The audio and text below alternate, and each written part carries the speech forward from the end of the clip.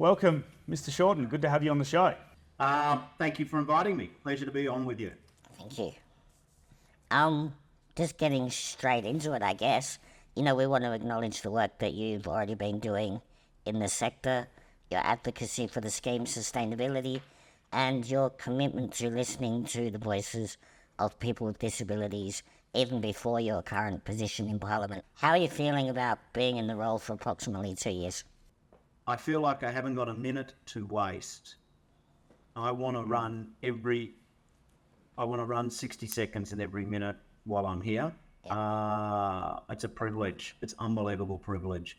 And in particular, because in my first term when I was an MP right back in 2007, and I was the first politician to ever refer to an NDIS or talk about the National Disability Insurance Scheme. It's funny in the way the universe works that I've come back to be able to help, make sure it's on track now. So you don't often get that in politics, a chance to return to something you started and make another contribution. And it blows my mind what's been accomplished already with the NDIS, where it's the best in the world.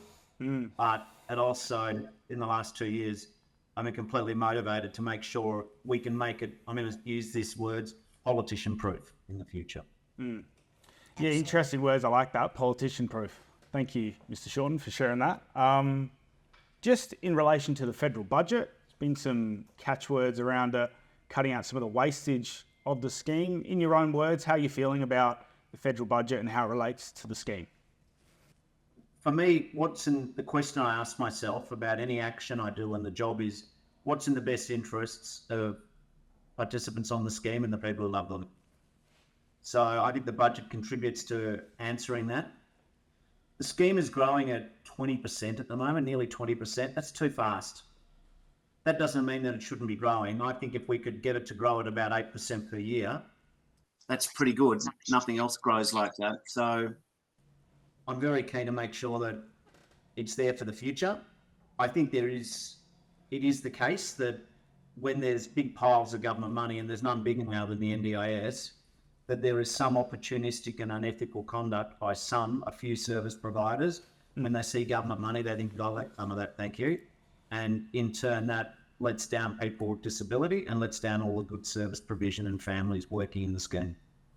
Over to you, Damien. Awesome. I just wanted to touch on certain providers that, seem to have multiple hands in the cookie jar, providing multiple services to the same individual. How do we get around that from happening so much? Well, first of all, I actually think we need to have a scheme where anyone who's charging services under the NDIS is covered by the same system of registration. That doesn't mean that we're going to have the same amount of paperwork, because if you drive someone down to the shops, you don't need to have a qualification in behavioural support. But we do need to know who everyone is. At the moment, you could charge the NDIS for driving someone to the shop, and we can't even ask for your driver's license or if you've got motor vehicle insurance. So I think that's one thing we need to do. We've got Natalie Wade, who's a marvellous human rights lawyer, working on how we can have a better system of accountability and transparency and a focus on safety and quality. She's going to give us a report in the next 3 weeks, but she's a very clever lady and working with a very clever group with, on a task force. That's one thing. I think the second thing we do is we need to encourage more careers in disability. That's not just people at uni or TAFE, but that's also people with disability and carers. I think thirdly, we can improve our accreditation of some of the people working in the game. There are a lot of great support coordinators, but some of them fall into it 1 week after having sold, telephones the previous week at Telstra. I would like to see some minimum standards of competency. I also want to crack down on fraud. Again, most people are doing absolutely the right thing, but there are some people who are either overcharging. The 90% cancellation fee, if you cancel 24 hours before you're meant to see an OT, they charge you 90% because they can. But if you're a customer who wasn't on the NDIS, they would charge you nothing or 25%. just because you're on the NDIS doesn't mean that you're a human ATM. So we want to stamp out unethical conduct. The other thing I'd like to do is there are some scallywags in the sector, and we just need to make clear to them they will get caught, they will get arrested, they will go to jail, and so therefore they should get out of the game now before they've been caught. Awesome. Yeah. Yeah. And correct me if I'm wrong, Mr. Shorten, I think what I hear from you and what you're expressing regarding the scheme is not that you're wanting to make it difficult for the right people to enter the scheme to contribute to it, but that what you're looking for is for there to be more some sort of responsibility for people to enter the scheme to support, so that it's not as, we're able to track what people are doing. Thanks, Eddie. I just believe in the truth. The truth is we're forecasting, even after our reforms, which we co-designed with people in the scheme, that the scheme's going to grow in numbers every year. We want to see more people working in disability, and there will be. So we want people in it. The whole reason why I helped set up the NDIS, over a decade ago now and campaigned for it, is the biggest problem with disability is not the impairment. It's a lack of money and a lack of power. Yeah. Well, you bet it's sort of biggest problems in life generally, and that people with disability experience more barriers. What the NDIS has done is given people with disability a place at the big table. It's a big investment, and it's changing lives. So we're always going to have this reckoning, how to straighten it out. So it's not even just bagging the Liberals who perhaps were a bit negligent. It's, we're always going to get to this point that we had to say, all right, well, there's a big wad of, investment. We've got to make sure we're getting outcomes for it, not just people looking after themselves in the scheme. But it's not about moving a whole lot of people off the scheme. It's not about not having lots of great service providers. We want to keep choice and control. So what we want to do is straighten up the scheme to make sure it's accountability, that the money's getting spent on the right things. And also we want to make sure that we start, if you imagine the story of disability in Australia is a series of chapters. The NDIS is a big chapter, but it's not the whole book. And now we've got to write the next chapter, which is building services outside the scheme, so that for people for whom the NDIS was never designed, but still have a disability and need some support, they can get it. Yes, it's a great point. Absolutely. Awesome. I love the NDIS. I was one of the first adult participants in Adelaide to be accepted on the scheme. It's really, really open at the moment for people, to access a variety of services. Do you think it's too open? And how would the new registration process support new participants to navigate the scheme? Registration process, people will still have choice and control. You'll still be able to hire your own carers. You'll still be able to pick your own services. I mean, that's where you've got to market. I mean, if you're in APY land, you don't have the same choices if you do in, North Adelaide. Absolutely. But we want people to have choice and control. So you can still pick your services. We just want to make sure the services are legitimate. Yep. That the people who are sending us invoices actually exist. But beyond that, there are some services which should be provided by the health system. And we've noticed a little bit of, monkey business there where you might go to the outpatients ward of the hospital, and if you tell them we're in the NDIS, the hospital says, you don't come to us. Well, you still do. We had a situation where a man was suing the NDIA for a sleep apnea machine. It's available on Medicare. So, we want to make sure that people, the schools are still got a role to educate kids. They can't just say, well, now you're on the NDIS, little Johnny or little Jilly, you're on our issue. That's not right. So we've got to make sure that just because the NDIS exists, other people don't, drop the ball. We've also got to make sure the services are evidence-based. I mean, you may want to go with 6 of your best friends to Japan, but I'm not sure that's realistic under the scheme. And I'm not sure that, you may want $4,000 worth of Hubba Bubba gum, but I'm not sure that's up for the scheme to pay. But the mainstream stuff which people are getting, they'll keep getting it. Like, we're forecasting that this year we invested $42 billion. Next year we're forecasting, even with any changes, $46 billion. In the next 4 years we're saying that we want to invest $211 billion. Now that's fine by me. There's some people out there who'd spew at that number and say that's ridiculously high. I think it's I just want to make sure we're getting outcomes. And taxpayers don't like paying tax as a general rule, but the two areas where I think they're willing to pay for tax, probably three. One is your healthcare, another is the NDIS. Probably I think people you should pay for your defence and a few other things, but healthcare, Medicare and NDIS, I think people say is a legitimate use. You shouldn't have to have fundraising raffles for your wheelchair. That we shouldn't rely on charity for the essentials. We just got to make sure that it's not that some people aren't having a lend of it at the margins. Well, yeah, you touch on And most outcomes. people, Thank you, Mr. Shorten. Yeah, you touch on outcomes, and Damien himself is a great example of that. Given he's working and contributing to the community, an advocate, supporting his family in ways that potentially couldn't have been possible without the scheme. So certainly, outcomes focused, it can happen. Yeah. I mean, you talk about outcomes and you talk about the good news, and that's what I sort of meant to say before about the truth. The truth is that it's changing hundreds of thousands of lives for the better, if not millions. People and their families.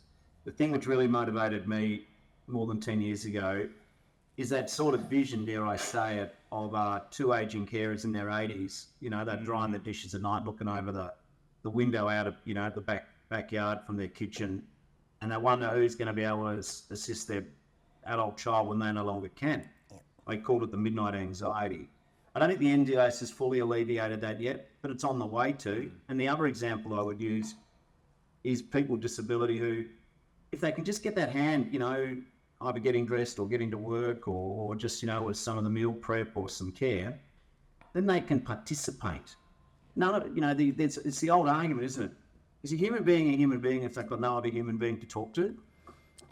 I mean, it makes you less human when you're isolated. And so getting that community connection, that social connection, we've got to look beyond one attribute of a person and that's what the NDIS is doing. It enables people. So there's a lot of good news, but some of the advocates get annoyed at me when I talk about some of the bad news. And that's why I say, just tell the truth. The truth is the scheme's brilliant. But the truth is also that some people are having a lend of it. And the truth is that there needs to be more done for people with disability outside the scheme. I've always found in life, if you stick to the truth, it's easy to remember. Absolutely. Yeah. And just quickly, I can relate to the midnight anxiety because, being a parent as well, I've got 2 children on the scheme as well, and one's autistic. So I've got that fear of when he's an adult, who's going to look after him? So I can completely... And that's what motivates me. I love being in politics. I think it's a privilege. But I don't think I'll do anything better than my engagement with the NDIS. We all want to leave the place better than we found it, don't we? That's what you're doing with your podcast. Absolutely. I'm no different. Had a question, it was a last minute one, but just giving us a bit of do you have any thoughts you can share with us regarding the overview of some of the proposed legislation changes for the NDIS? Sure. I know you touched on a really important thing at the beginning of the podcast, saying making this politician proof and making this for the future of Australia, not just an election year or, the next couple of years, but the rest of our society. So can you share a bit on that? Tibby is reshaping disability supports by using the human rights model. We believe in delivering support with you, not just for you. Join Tibby, where everyone's unique humanity is valued and supported. Contact Tibby for all your disability support services and click the link to find out how we can make a difference together. BHA is redefining disability supports with a focus on human rights. BHA is committed to providing education and accreditation by using our lived experience to enhance the lives of people with disabilities through a human rights-based approach. Our team of dedicated practitioners aims to transform the sector by elevating human rights as a benchmark. So join BHA in creating a world where everyone has the opportunity to thrive. Click the link to learn more about our mission and how you can be a part of it. Yeah, what motivates me is I want this scheme to be there for future generations. So we can't have it growing at 20% because it'll blow up. It's not realistic. So when people say don't do any change because they're afraid of it, this isn't about pushing tens of thousands of kids off the scheme or trying to take away the right of someone to get their electric wheelchair or get their carers. But it's growing too fast. And I think that with some sensible adjustments, both in the manner which I've said, but also just making sure that the rules of the scheme are unambiguous and clear, we can keep growing the scheme. It can keep being a massive investment, something which makes Australia a special country. So our legislation, it's been proposed after a year of a review, so it's not brand new. Some people say, oh, we need a long time to consider the legislation. We've had a Disability Royal Commission for 4 or 5 years. I've been speaking to people at the NDIS for the last decade. People with disability know what needs to be done. They just want to make sure they don't get shunted, and we're not going to do that. So the legislation is first of a series of, reforms which are going to take 3 to 5 years. Nothing happens overnight. But we need to the Parliament needs to give legal authority so we can set up a new system of doing the plans, which is top down, not item by item, but a whole person plan. We need to get the authority in the law, which underpins the scheme, to say we can have that conversation. Then it will take us about 12, 18 months, 2 years to actually set up a new form of going through the plans, because the current planning process is dehumanising. A number of participants who say they had a great planning meeting, but then they feel they get someone else's plan. So rather than trying to micromanage every detail of a person's life, we need to see what's the whole person's needs. So that's what the legislation is doing, giving us authority to do that. There's another thing that when plans run out in between, the start date and the end date, sometimes it's for good reasons. We've seen a real surge in some intermediaries, some plan managers, some support coordinators, without even really talking about participants, just trying to encourage you to spend all your money, then get some more. And we want to have a more evidence-based system than just saying, I've run out of money, because that's not a system. That's just like leaving the hose on, and sometimes it's a good reason why you need more water than you thought, but other times it's because there's no tap. I think you certainly, yeah, and I think if the legislation addresses that, those are key issues that we're all aware of, and it's a really valid point. Yeah. Yeah, but nothing will be done.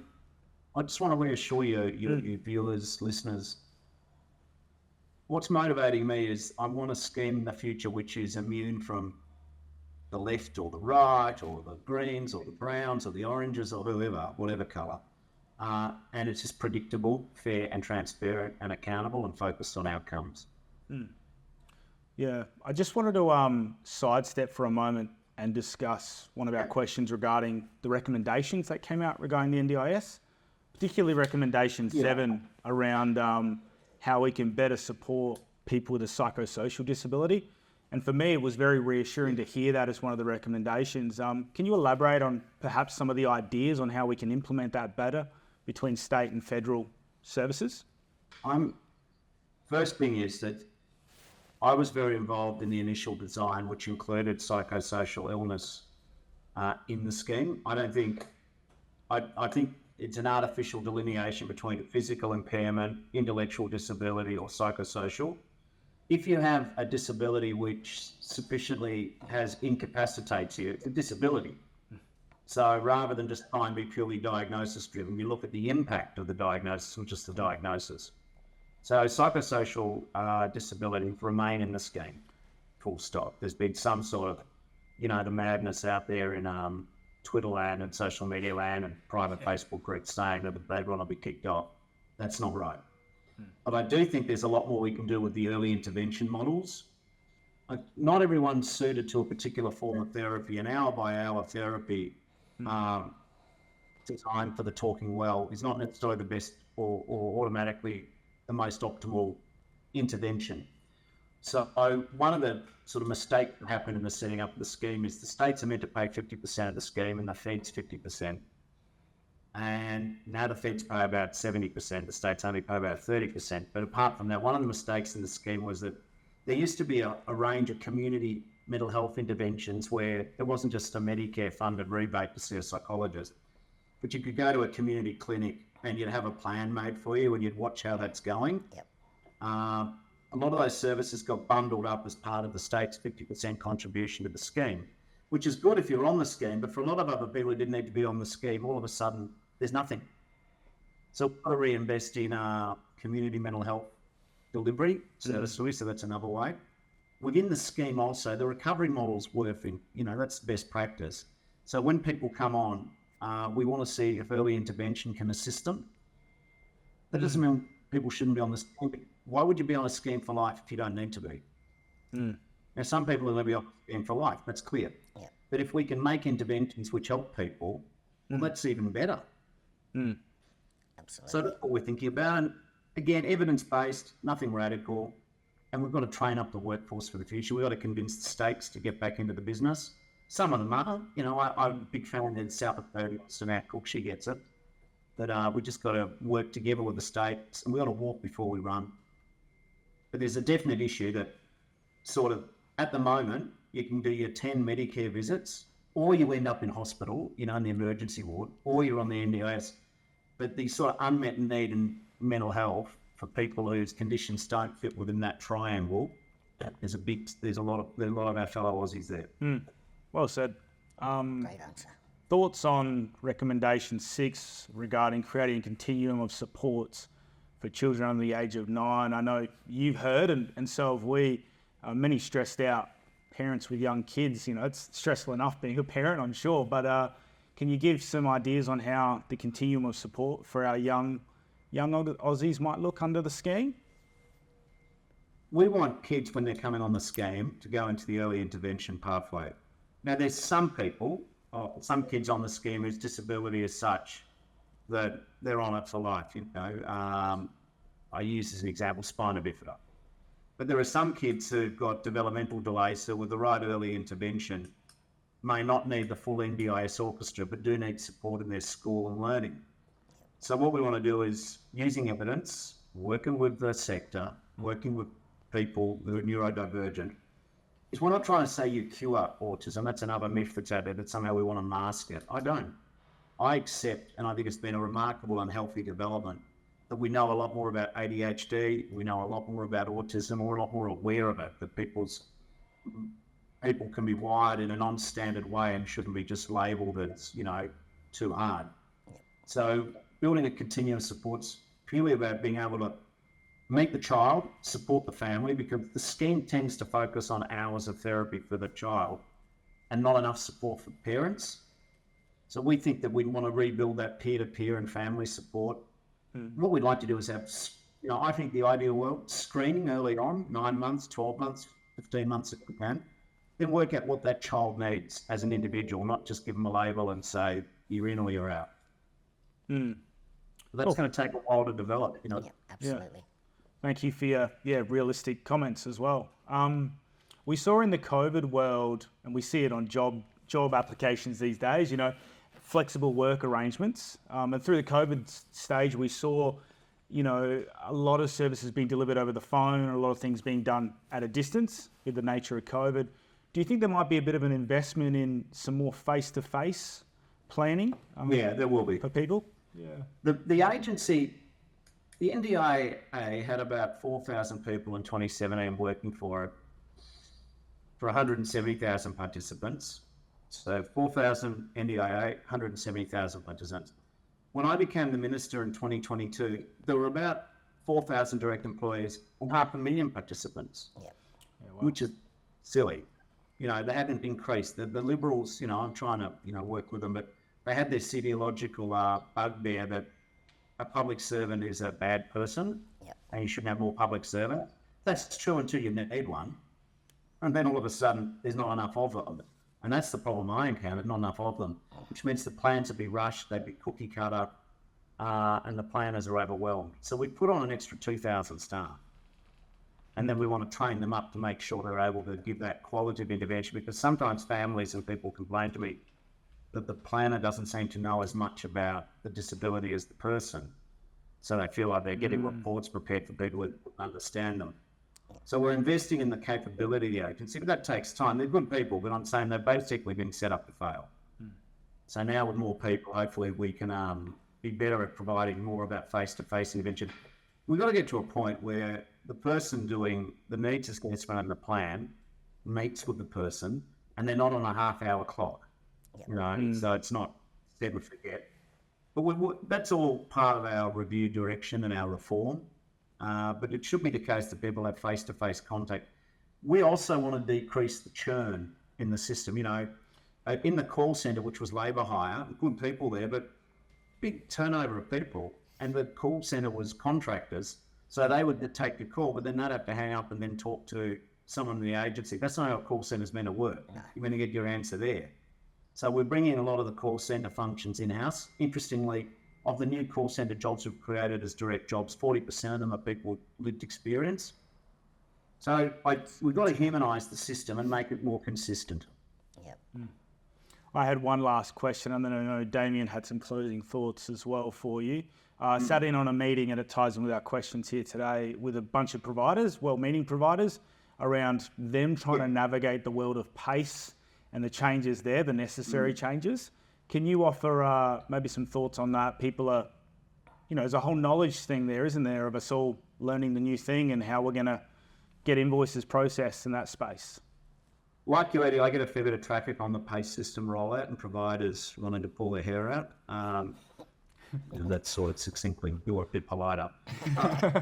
Keep talking to the agency about it. The agency keep assuring me the PACE is working, but there's the inevitable teething problems. The agency swear by it. I know some providers swear at it. But there is a backlog issue. The new system PACE is getting up. Also, there's been a surge in people trying to put in variations, I think, before they think reforms happen, which is a bit dodge. And then there's also, I think, people who've given up on changing their plans under the last government, come to life with more humane government.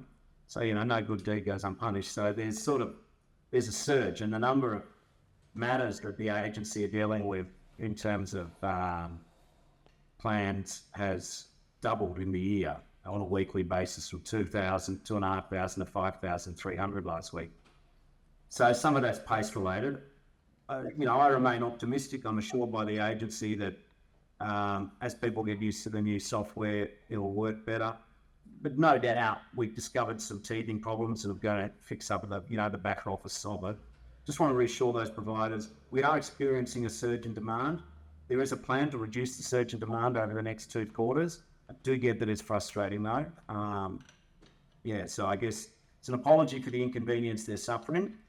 I think it's a catch-up of overdue reforms and overdue investment in our IT. But, the analogy I'd use is the north-south road in Adelaide's always constantly being engineered, isn't it? It's the only road in the world I know where you can go one direction for some time of the day. And Hey, what about a road? hey, leave Adelaide alone. What about when you... No, that's right. No, you're special. You like to get around. What I would say is, when there's roadworks, it's bloody inconvenient. But at the end of it, you hope that there's more lanes. Yeah. So absolutely. Tell them to focus off with a road analogy, but it seems to make sense. Because I think. Thanks for acknowledging the teething. Yeah, over definitely. the years for the final one, mate. Yeah, a couple of years ago, I had someone ask me if I had 2 minutes with Bill Shorten, what would I say to you to make you do your job better? And I sat there for a couple of minutes. And I don't have anything to say to help you do your job better, because I actually think you're doing a pretty bloody good job anyway. But what I would ask you is, how can people like myself help you? Unlock a seamless NDIS experience with Plan Partners. Say goodbye to paperwork hassles and hello to quick reimbursements and exclusive benefits. Our app and online dashboard make managing your NDIS funds easy, ensuring you maximise every dollar for the supports you need. Choose Plan Partners for expert advice, simplified fund management, and a focus on your goals. Click the link in the description to get started. I want to replace myself. I don't want this system to depend on the motivation of an individual minister. It should be like train tracks. It should just run. It doesn't need a particular train driver. So that's my goal. So the way we do it better is leadership. When there's a real problem, we've got to be able to get on top of it really quickly. And when there's people who mightn't have a real problem or can solve it themselves more than they think, teaching people to be empowered. So identify the real problems. When some people come to you with BS issues, tell them it's BS. Not every complaint is equal. There's the real ones and there's the crap ones. But the other thing is, the more that we can encourage people to feel empowered, if you think your service provider's not doing the right thing, you've got to feel like you've got the power to say, this is not right. Yep. Or if you're a good service provider and you think someone else is dodgy, you've got the sense that I can do something about it. I mean, the other thing we can all do is get people who don't know anything about disability to change their views. Absolutely. We like, there's a debate going on in Australia at the moment. Are Australians racist? I think some are racist, and I think many are not. But what I do think is that when it comes to disability, many people are good people, but some have prejudices and some just are ignorant. So the more that we can help educate people to adjust their expectations of disability and just see it as a normal fact of life, Yeah. not something which we consign as being threatening or the other, the more we normalise it, because disability is any of us. Like it's any of us. Yeah. Absolutely. And I know that's a long-winded way, but No. I guess I'm saying speak up, be fair income, Yep. don't sustain oxygen seats, and Yep. not every complaint right, but in the meantime, just we speak up. We don't take a second-class position as an outcome. And I think, you know, that's what we're trying to do with our podcast as well, is, Yeah, you exactly. know, not just educate the disabled community, but educate the non-disabled community. That's right. I mean, the barriers are not one's disability; it's the barriers that other people put in your path. So, Absolutely. Mr. Shorten, we want to thank you very much Yes, for your time definitely. and what you're doing to contribute to the sector and sharing with us today. I've got one request in going. Can you call me Bill? Bill, of course. Mr. Shorten. Sorry, mate. I do- just know you're the boss. I do believe you need to have a weekly, news article called No BS with Bill Shorten. Good advice, Damo. I should have had you when I was running for Prime Minister. All right, mate. Thanks, mate. Thanks, guys. Cheers. See ya. Yeah.